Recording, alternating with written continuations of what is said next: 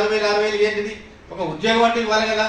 ఉద్యోగం అంటే ఇస్తే మీరే అనేక మందికి ఉద్యోగం కల్పించగలుగుతారు, మీ కళ మీద నిలబడగలుగుతారు. 40,000-50,000 జీతం వస్తే మీరు ఈ 40,000-4,000 కోసం వెతికి చూడాల్సిన అవసరం ఉండదు. కాబట్టి ఉద్యోగాలలో విషయాలలో ఏదైతే ఉన్నదో ఖచ్చితంగా వాళ్ళ యొక్క రిజర్వేషన్, మరి వికలాంగుల యొక్క రిజర్వేషన్ ఎంతైతే 3% కానీ ఎంత అయితే ఉందో ఆ జీవో గతంలో ఉండేది. మరి అటువంటి జీవోను ముందు తీసుకొచ్చి వారిని ఖచ్చితంగా ఆ రిజర్వేషన్ ఫిల్అప్ చేసేటువంటి విధానాన్ని మనం అవలంబించాల్సిన అవసరం ఉన్నది. ముఖ్యంగా చదువుకున్నటువంటి వాళ్ళకి మాత్రమే ట్రై సైకిల్కి ఇస్తారు. చదువుకున్న వాళ్ళకు ఈ అవకాశము 2016 చట్టం ప్రకారం కల్పించారు. అందరికీ సమానమైన అవకాశాలు కల్పించినంత మాత్రాన వాటిని పొందగలుగుతారా? అది సమస్య. మహిళలను ప్రధానంగా ఇంటికే పరిమితం చేసే సంప్రదాయాలు ఉన్నాయి కాబట్టి మన దగ్గర ఆ పెన్షన్ కావచ్చు, ఇల్లు కావచ్చు, లోన్లు కావచ్చు, బ్యాక్లాగ్ ఉద్యోగాలు, ఇవన్నిటి విషయాల్లో త్వరలోనే 2-3 రోజుల్లోనే సీతక్క గారు లోకల్లో ఉండొచ్చు. సార్ గారితో మాట్లాడి మరి 2-3 రోజుల్లో మీ అందరికీ మళ్ళీ ఇంటిమేషన్ చేస్తాం. ఈ రోజు ఈ కార్యక్రమాన్ని, రౌండ్ టేబుల్ కార్యక్రమానికి ఇచ్చేసినటువంటి ప్రతి ఒక్కరికి, ముఖ్యంగా మన గౌరవ సలహాదారులైనటువంటి పెద్దలు, తెలంగాణ జనసమితి అధ్యక్షులు మన అంబటి మన తెలంగాణ జనసమితి నాయకులు అన్న అంబటి సీనన్న గారు, అదేవిధంగా యాదగిరి అన్న గారు, రఘురామరెడ్డి అన్న గారు, చందన్న గారు, పాత్రికేయులు కొస్తూరి సుబ్బారావు అన్న గారు, తర్వాత మన సంఘాల నాయకులు అందరూ చాలా మంది వచ్చారు. వాళ్ళందరికీ కూడా పేరు పేరున అభినందనలు తెలియజేస్తున్నాం. మనం సాధించుకోవాలి, మన జీవితాల్లో అభివృద్ధి జరగాలి, మన జీవితాల్లో కూడా మార్పు రావాలి. ఆ మార్పు కోసం మనకి పెద్దగా ఒక అండగా మనకు గౌరవ సలహాదారుడిగా ఉండడానికి ఒప్పుకున్నారు. రేపటి నుంచే సార్ గారి చేతుల మీదుగా మన ప్రయత్నాన్ని మొదలు పెడదాం, మన జీవితాల్లో మార్పు తెచ్చుకుందాం. ఆ మార్పుకి మన కోదండరామ్ సార్ గారు నాయకత్వం వహించి ముందుకెళ్ళడానికి ఒప్పుకున్నందుకు మనందరం కూడా ఒక మెట్టెక్కినం అనేది మీరు మర్చిపోవద్దు ఇప్పటికే. ఎందుకంటే ప్రభుత్వం మన దగ్గర ఉంది. ఆ ప్రభుత్వం దగ్గరికి మనం చెప్పే కోరికలు డబ్బుతో ఖర్చుకునే కావు, డబ్బుతో కూడుకునే కావు. మనల్ని కుంటోడా అని తిట్టే ఒక గెజిట్ ఇవ్వమంటాం, కాదు పేపరే. మనల్ని పెన్షన్ ఇస్తున్నారు కానీ అది బ్యాంకులు వేసి 1వ తారీఖు లోపు ఇవ్వమంటున్నాం. అవి డబ్బు అయినా ఖర్చు అయినా కావు. ఇవన్నీ పేపర్ల మీద అధికారుల మీద కూర్చోబెట్టుకోవాల్సినవి. కాబట్టి తొందరలోనే మనకి అన్ని జరుగుతాయని. డబుల్ బెడ్రూమ్ ఉంది, డబుల్ బెడ్రూమ్ ఎవరైనా ఇస్తే ముందు వికలాంగులకి ఒక 10% కేటాయించాలని అది పేపర్ మీద ఉంది. ఆల్రెడీ డబుల్ బెడ్రూమ్ కట్టినాయి కాబట్టి మనకి ఇవ్వడానికి ఈజీ. డబ్బుతో ఖర్చు లేకుండా ఇవన్నీ కూడా జీవోల రూపంలో తీసుకురావాల్సినవి. కాబట్టి రేపటి నుంచే సార్ గారి ప్రయత్నంలో ఒక అపాయింట్మెంట్ తీసుకొని సీతక్క దగ్గరికి వెళ్దామని మీ అందరికీ తెలియజేస్తూ ఈ రౌండ్ టేబుల్ సమావేశం వచ్చిన ప్రతి సంఘానికి, ప్రజా సంఘాలకి పేరు పేరున అభినందనలు తెలియజేస్తూ ముగిస్తున్నాను. జై తెలంగాణ. జరిగినప్పుడు చాలా మంచి ఉన్నత స్థాయిలోకి చేరి ఓ కంపెనీ యజమానులు, సిఇఓలు, మేనేజర్లు, తర్వాత ఆఫీసుల్లో వాళ్ళు ఉద్యోగాలు, ఐఏఎస్ ఆఫీసర్లు కూడా అయినటువంటి వాళ్ళు ఉన్నారు. అది మనం ఇవాళ కల్పించడానికి చట్టం అవకాశం కల్పిస్తున్నది. నా క్లాసులో ఉండి చదువుకున్న వాళ్ళే చాలా మంచి ఉన్నత శిఖరాలకు ఎదిగినటువంటి వాళ్ళని చూసిన అది సాధ్యమే, కష్టం కాదు, ఇబ్బంది కాదు అనేది గుర్తించాలని కోరుతూ ఈ అవకాశం ఇచ్చినందుకు కృతజ్ఞతలతో సెలవు. మీ మాటతోటి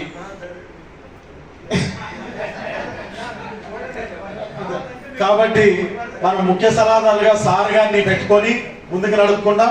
త్వరలోనే సార్ గారి అనుమతితో త్వరలోనే మనందరం మళ్ళీ సీతక్క దగ్గరికి వెళ్ళి, ఎందుకంటే సార్ గారు చెప్పారు ఆ మంచి మనసు ద్వారా వాళ్ళు అసలు దేని కింద లెక్కలు చేసినట్టు చదువు అటువంటిది కులమానమే ఒప్పుకుంటాం.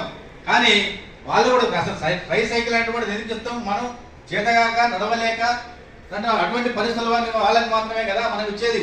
వాళ్ళకి ఇవ్వకుండా చదువుకుంటేనే ఇస్తాం అటువంటిది చేర్చి మిగతా వాళ్ళందరికీ కట్ చేయడం అటువంటిది ఇది కూడా కొద్దిగా దుర్మార్గమైనటువంటి విషయమే. అట్లనే ఇంకా చాలా మరి నామినేటెడ్ పోస్టులలో కూడా వికలాంగులు సుమారుగా లక్షలాది జనాభా ఈ రోజు రాష్ట్రంలో, తెలంగాణ రాష్ట్రంలో లక్షలాది వికలాంగులు ఉన్నారు. వాళ్ళందరూ కూడా కనీసం కొద్దిమందినైనా సాయం కూడా చేసిన సందర్భాలని, వాళ్ళు పడే కష్టాలను కూడా చూసినాం. కాబట్టి ఆ కష్టాలు మాకు తెలుసు. కాబట్టి వారికి డబుల్ బెడ్రూమ్ అనే కాదు, అవసరమైతే వాళ్ళు ఉండడానికి అది గ్రౌండ్ ఫ్లోర్లో ఇవ్వాలి. ఏదో ఫస్ట్ ఫ్లోర్ సెకండ్ ఫ్లోర్ ఇస్తే అది సరైనది కాదు. అవసరం అనుకుంటే వీరికి అంగవైకల్యం వారి విషయంలో మాత్రం ఈ ప్రభుత్వం ప్రత్యేక దృష్టి పెట్టి వీరికి సాయం చేయాలని కూడా నేను విజ్ఞప్తి చేస్తున్నా. ప్రత్యేకంగా అడుగుతున్నా. నేను కూడా పోగలను, చదువుకోగలను. వీలైనంత వరకు నాకు ఆ సమస్య లేకుండా కింద క్లాసులు పెట్టాను. నాకు సౌకర్యమైనటువంటి బ్రెయిలీ లిపిలో పుస్తకాలు ఇవ్వండి. నాకు ఇతర సమస్యలు ఏమన్నా ఉంటే తట్టుకొని నిలబడటానికి వీలుగా పరికరాలు ఇవ్వండి. ఒక రీడర్ సదుపాయం కల్పించండి. నేను కూడా చదువుకోగలను, ఉద్యోగం పొందగలను. అట్లా ఉద్యోగం పొందిన వాళ్ళు లేరా? వివక్ష ఉంటుంది. సమానంగా చూడదు సమాజం. సంప్రదాయాలు కట్టుబాట్ల వల్ల సమానంగా చూడకపోవడం, భౌతిక పరిస్థితుల వల్ల సమాన అవకాశాలను పొందలేకపోవటము, ఆర్థిక తారతమ్యాల వల్ల సమాన అవకాశాలను పొందలేకపోవటం అనేది చాలా సహజమైనటువంటి ఒక సమస్య. ఒక తీవ్రమైనటువంటి, సహజ కాదు తీవ్రమైనటువంటి ఒక సమస్య. ఈ సమస్యను అధిగమించకపోతే సమానంగా జీవించడం అనేది సాధ్యం కాదు. చాలాసార్లు మహిళలు హక్కుల కోసం మీటింగ్ పెట్టినప్పుడు బయట నుంచి వచ్చిన మగవాళ్ళు ఎక్కువ ఏమనేదంటే, మీకేం తక్కువైంది, వంట మీరే వండుతారు, ఉప్పు ఎక్కువ వేయచ్చు, కారమైన ఎక్కువ వేయచ్చు, కూర ఏది వండుతావు కూడా నీ ఇష్టమే కదా, అంతకంటే ఇంకేం కావాలి. మాకు ఇదిగో హక్కులు ఉన్నాయి, ఆ హక్కులను అమలు చేయమని చెప్పి మనం రాయవలసి, దాన్ని రీఫ్రేజ్ చేసి మళ్ళీ మార్చి రాయవలసిన అవసరం ఉంది. అట్లా మనం రాసుకోవాలి. ఉండటానికి ఒక ఇంటి సౌకర్యం మనకు కూడా కావలసినటువంటి అవసరం ఉంది. అట్లాంటివే మనం మిగతావి కూడా సౌకర్యాలు ఏవేవైతే చట్టం కల్పించిందో 6వ ఆర్టికల్ ప్రకారం, చట్టంలోని 6వ ఆర్టికల్ ప్రకారం మనకి ఏమేమి కల్పించారో అవన్నింటినీ మనం మీరు అడిగినవన్నీ దాంట్లో భాగంగానే ఉన్నాయి. ఫుడ్ సెక్యూరిటీ చట్టం ప్రకారం కూడా మనకు ప్రత్యేకమైనటువంటి పింఛన్, ఎందుకంటే మన పోషణ భారం కాకూడదు అనే ఉద్దేశంతో, పేద కుటుంబాలకు భారం కాకూడదు అనే ఉద్దేశంతో పింఛన్, తర్వాత ఒక స్పెషల్ ఫుడ్ సెక్యూరిటీ కార్డు, ఇవన్నీ ఉన్నాయి ఫుడ్ సెక్యూరిటీ చట్టంలో ఉన్నవి ఇవన్నీ. కాబట్టి ఆ చట్టం ప్రకారం ఇదివరకు ఏంటంటే దానంగా దొరికినాయి, ఇప్పుడు హక్కులుగా పొందడానికి అవకాశం ఉంది. ఏం తేడా ఉంది దానానికి హక్కుకు? ఏం తేడా ఉంది? దానం అంటే వాళ్ళు దయతలిచి ఇస్తే మనం పుచ్చుకోవాలి. హక్కు అంటే విధిగా వాళ్ళు అమలు చేయాలి, మనం గట్టిగా డిమాండ్ చేసి తీసుకునేటువంటి అవకాశం మనకు ఉంది. హక్కుగా ఇప్పుడు ప్రభుత్వం దీన్ని కల్పించడం జరిగింది. దాన్ని మనం హక్కుగా అడగడానికి మనందరికీ కూడా ఒక అవకాశం ఉంది.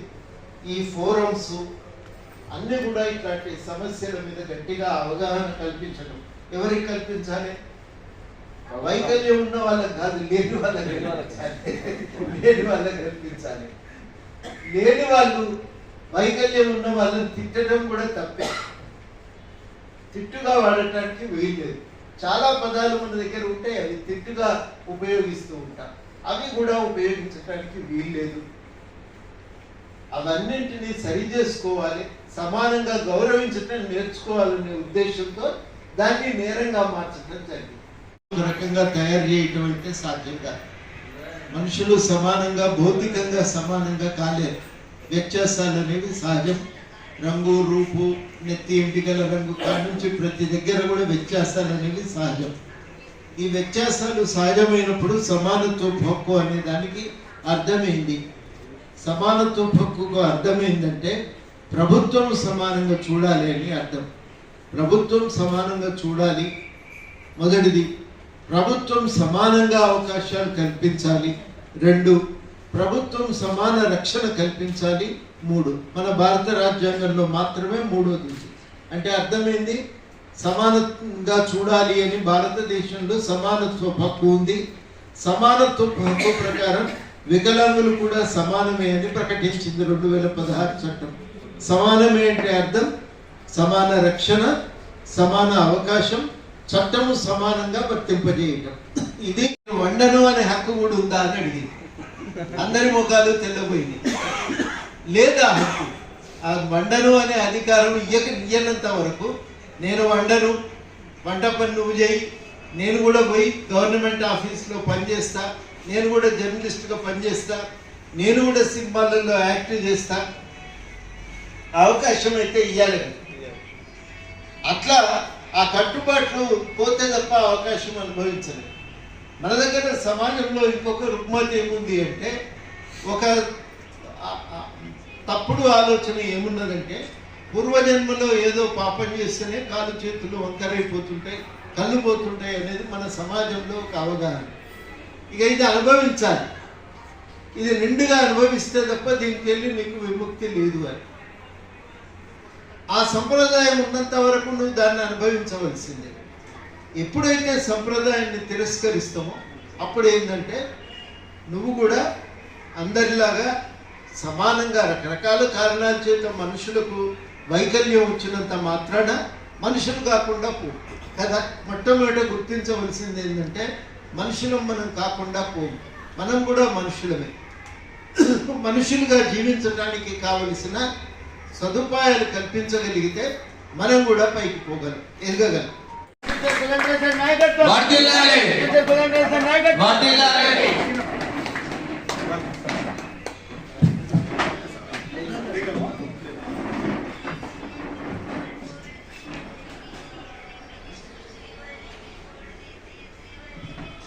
ఇప్పుడు మన ఉద్యమ సంస్థకి నాయకత్వం వహించాలని మన కోరికను అందించిన పెద్దలు ప్రొఫెసర్ కోదండరామ్ సార్ గారిని మనల్ని ఉద్దేశించి, ఎందుకంటే సమాజం చూస్తుంది, సమాజంలో మార్పు రావాలి, ఆ మార్పు కోసం మన దివ్యాంగ సమాజం అంతా కూడా చూస్తుంది కాబట్టి తప్పనిసరిగా ఆ మార్పులో భాగస్వాములు మన పెద్దలు మన సారు కోదండరామ్ సార్ గారు ఉంటారని మనందరం ఆశిస్తూ మనల్ని ఉద్దేశించి మన పెద్దలు జనసేన తెలంగాణ జన సమితి అధ్యక్షులు, నాటి తెలంగాణ జేఏసీ అధ్యక్షులు, ఈరోజు మన దివ్యాంగుల పట్ల దివ్యాంగుల సమస్యల పరిష్కారం కోసం మన వేదికకి చైర్మన్ గా అన్నగారి సార్ గారిని ఎన్నుకున్న సార్ గారిని మన అందరం ఉద్దేశించి మాట్లాడవలసిందిగా కోరుతున్నాం. కోదండరామ్ గారు సార్ గారి నాయకత్వం.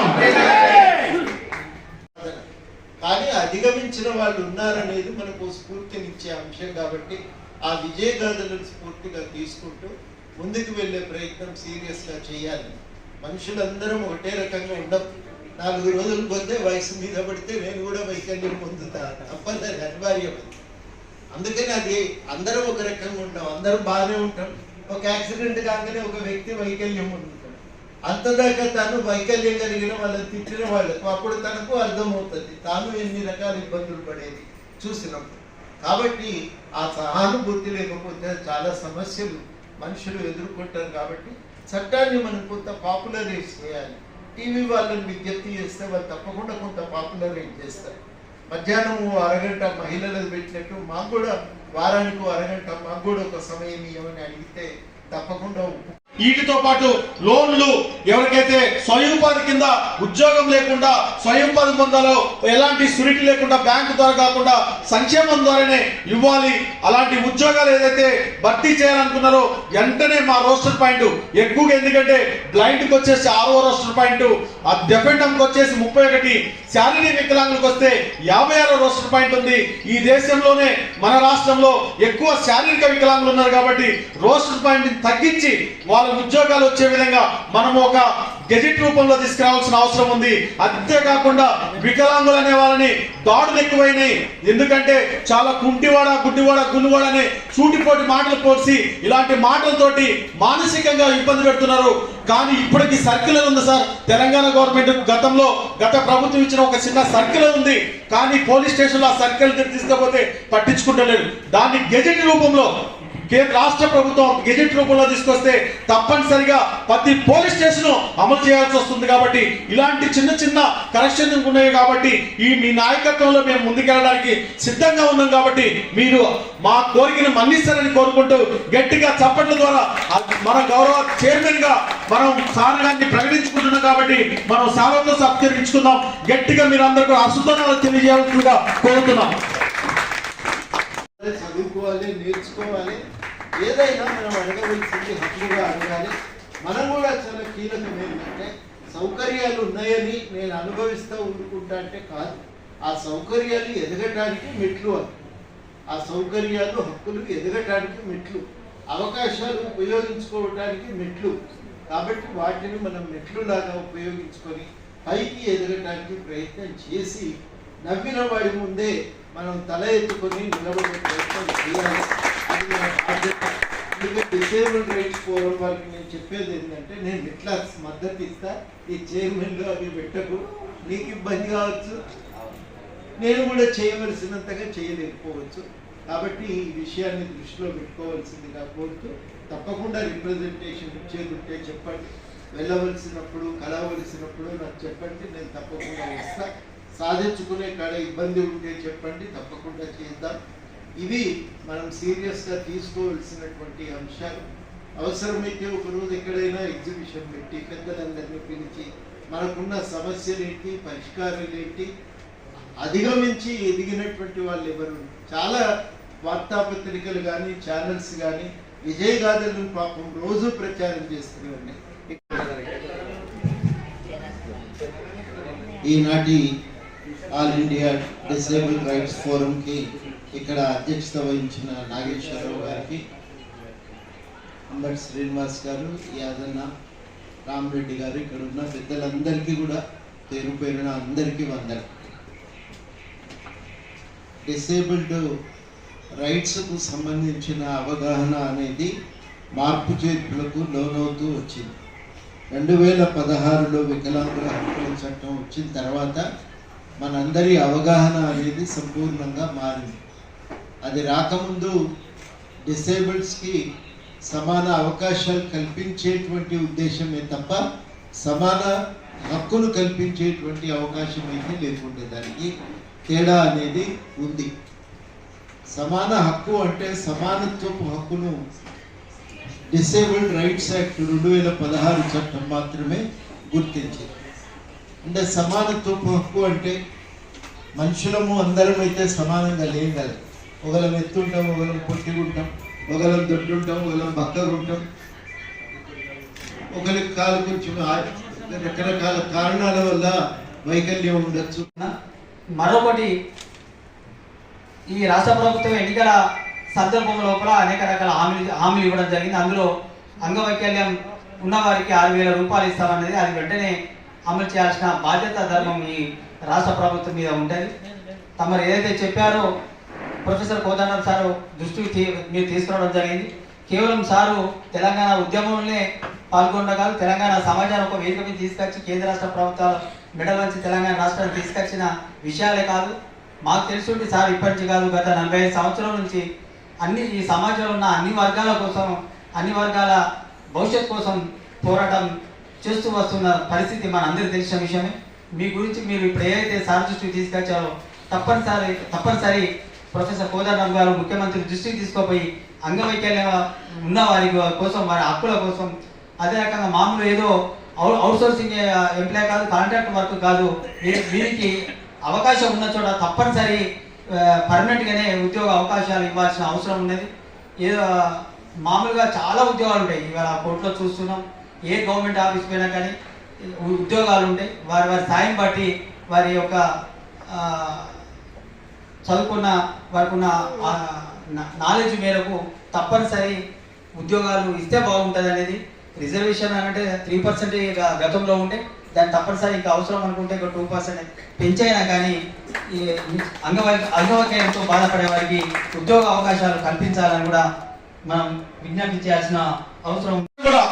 మన దివ్యాంగుల తెలంగాణలో ఉండే దివ్యాంగుల సంఘాలన్నింటినీ ఏకం చేసి కలిసి వచ్చే సంఘాలన్నీ కలుపుకొని దివ్యాంగుల సంక్షేమానికి ఏదైతే వాళ్ళ అభివృద్ధికి ఏది జరిగినా అది sir professor Kodandaram sir Telangana ఉద్యమంలో ఎట్లా ముందుండి నడిపాడో, ఎందుకంటే అది మన హక్కు.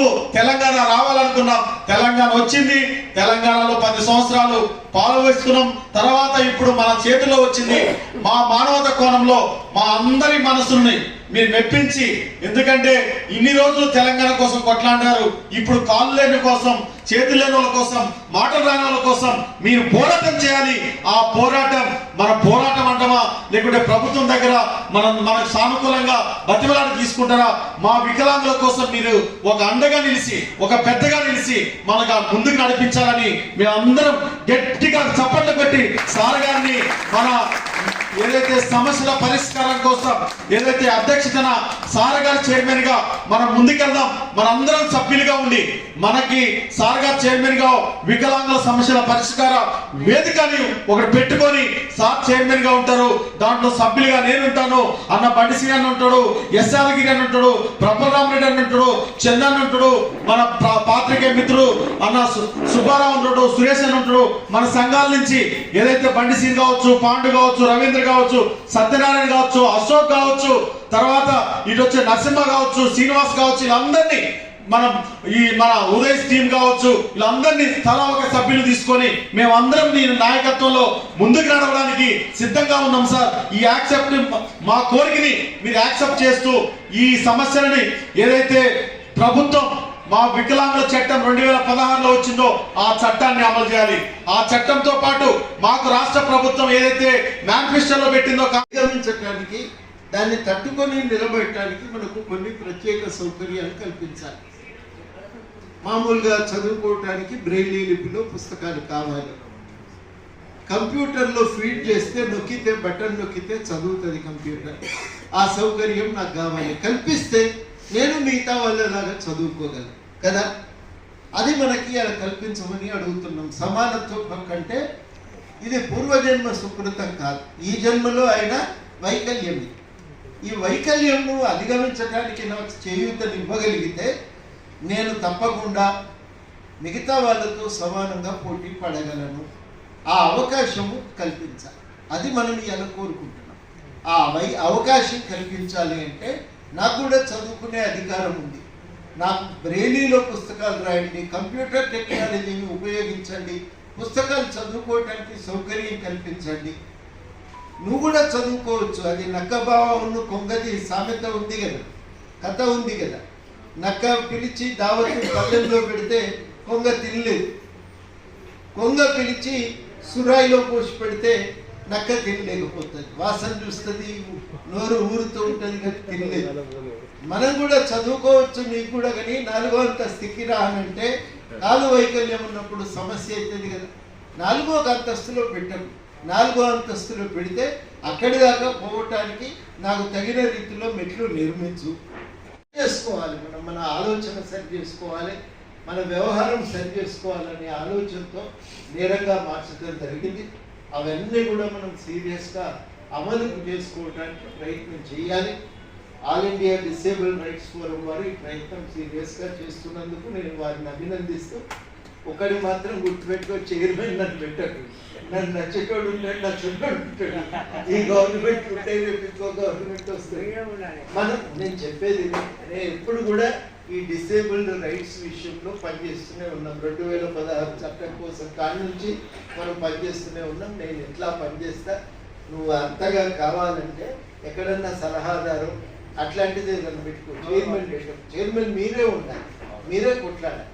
మేము మీ వెంట ఉండాల్సిన బాధ్యత మాకు ఉంటుంది. అట్లా దాన్ని సరి చేసుకోవాల్సిన అవసరం ఉంది.